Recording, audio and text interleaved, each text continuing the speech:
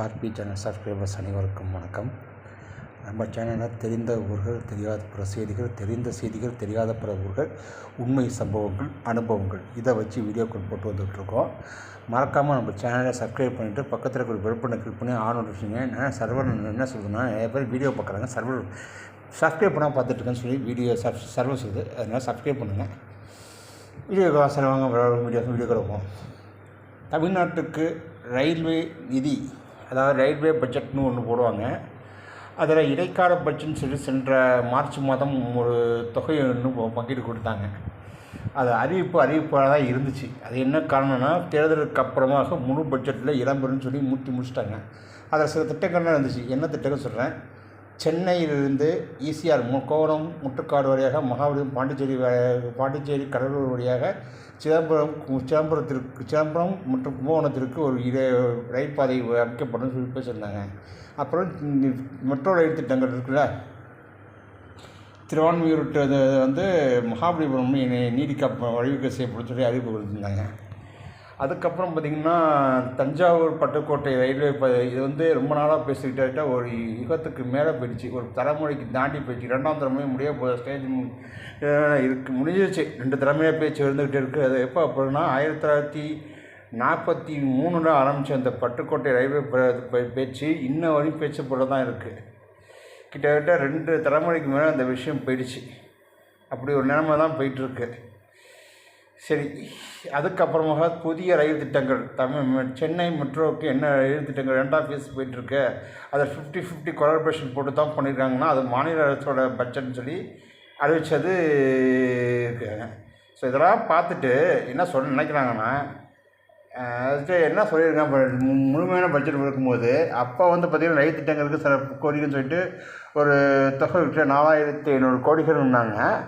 அது முதற்கட்டமாக வைக்கப்படும், பின்னர் ஆய்வு செய்து பின்னர் வைக்கப்படும் சொன்னாங்க. ஆனால் இப்போ அந்த ரயில்வே திட்டங்களுக்கு மொத்தமாகவே எவ்வளோ ஒதுக்கியிருக்காங்க, வெறும் 1000 ரூபாங்க. ஸோ இந்த 1000 ரூபாக்குள்ள தான் அந்த நிதியெல்லாம் வந்துட்டு இருக்கு. பாவம், ரொம்ப கஷ்டத்தில் இருக்காங்க மத்திய ஒன்றிய பாஜக அரசு. ஏன்னா திட்டங்கள் மட்டும் நாங்கள் கொடுக்கணும், ஓகேவா, கொடுக்க மாட்டோம். எம்எல்ஏ மட்டும் நீங்கள் கொடுக்கணும். உங்கள் வாக்கு தானே வச்சுருக்கீங்க. இதை சொன்னால் நம்மளுக்கு வந்து ஒரு மனநல பாதிக்கப்பட்ட பயணியும் டிராக்டரை வாங்க சில ஆட்கள், அதுக்கு சில ஆட்கள் கொடி தூக்குறான்னு சொல்லி தெரிஞ்சுக்கிட்டு இருப்பாங்க. நம்ம அவங்களோட பேச்சுக்கள்லாம் போயிட்டு இருக்கக்கூடாது. சரி, இந்த விஷயம் எப்படி இருக்குன்னா, அடுத்த விஷயம் மிக உதாரணமாக வச்சுட்டு இருக்கிற ஒரு விஷயம் பார்த்திங்கன்னா, வட இந்திய துறைகளுடைய தமிழ்நாட்டினுடைய படையெடுப்பு நாளுக்கு நாள். அதனால் ஒவ்வொரு ஏரியாவை இறந்துக்கிட்டு இருக்கோம். அதுக்கு மிக முக்கியமான ஏரியாவை எப்போயே இறந்தாச்சு, கோயம்புத்தூர். இது இறந்து பல வருடங்கள் ஆகிட்டுங்க. எங்கே திரும்பினாலும் நார்த் இந்தியன்ஸ், அதாவது வட இந்தியர்கள் மட்டும்தான் கோயம்புத்தூரில் வேலை செஞ்சிகிட்டு இருக்காங்க. அடுத்த திருச்சி, மதுரை, இந்த ஆதிக்கங்கள் செதுக்கிட்டு இருக்காங்க. அதுக்கடுத்து 2ஆம் தரப்பட்ட 3ஆம் தரப்பட்ட நகரங்களுக்கு எங்களோட இடப்பெயர்வு இருக்குது. ஏற்கனவே சென்னை மற்றும் கோயம்புத்தூர் மற்றும் சென்னை இறந்தாச்சு. நம்ம சென்னையிலே எப்படி இருக்காங்க, கோயம்புத்தூர் எப்படி இருக்காங்க, அதேமாதிரி சென்னையிலே ஊரில் இருக்காங்க. இப்போ இந்த 2ஆம் தரப்பட்ட 3ஆம் தரப்பட்ட நகரங்கள்லாம் வந்து அங்கே ரியல் எஸ்டேட், அதாவது மனைகள் வாங்கி விற்கக்கூடிய இடத்துல அந்த தொழில் பண்ணிகிட்ருக்காங்க இந்த வட இந்திய ஊழியர்கள், வட இந்திய ஆட்கள். அந்த அளவுக்கு நிலமை போயிட்டுருக்கு. கூடிய விரைவில் இதே நிலைமை நீடிச்சிச்சுன்னா, தமிழ்நாட்டில் இருந்து ஒரு அதாவது குறைச்சலாக ஒரு 4-5 எம்பிக்கள் நாடாளுமன்றத்துக்கும் சட்டமன்றத்துக்கு எடுத்து பார்த்திங்கன்னா கிட்டத்தட்ட 100க்கு 40% எம்பிக்கள், அதாவது 434 தொகுதிகளில் கிட்டத்தட்ட ஒரு 60-70 எம்பிக்கள் எம்எல்ஏக்கள் இருக்க வாய்ப்பு இருக்கிறதாக ஒரு புள்ளி விவரம் சொல்லுது.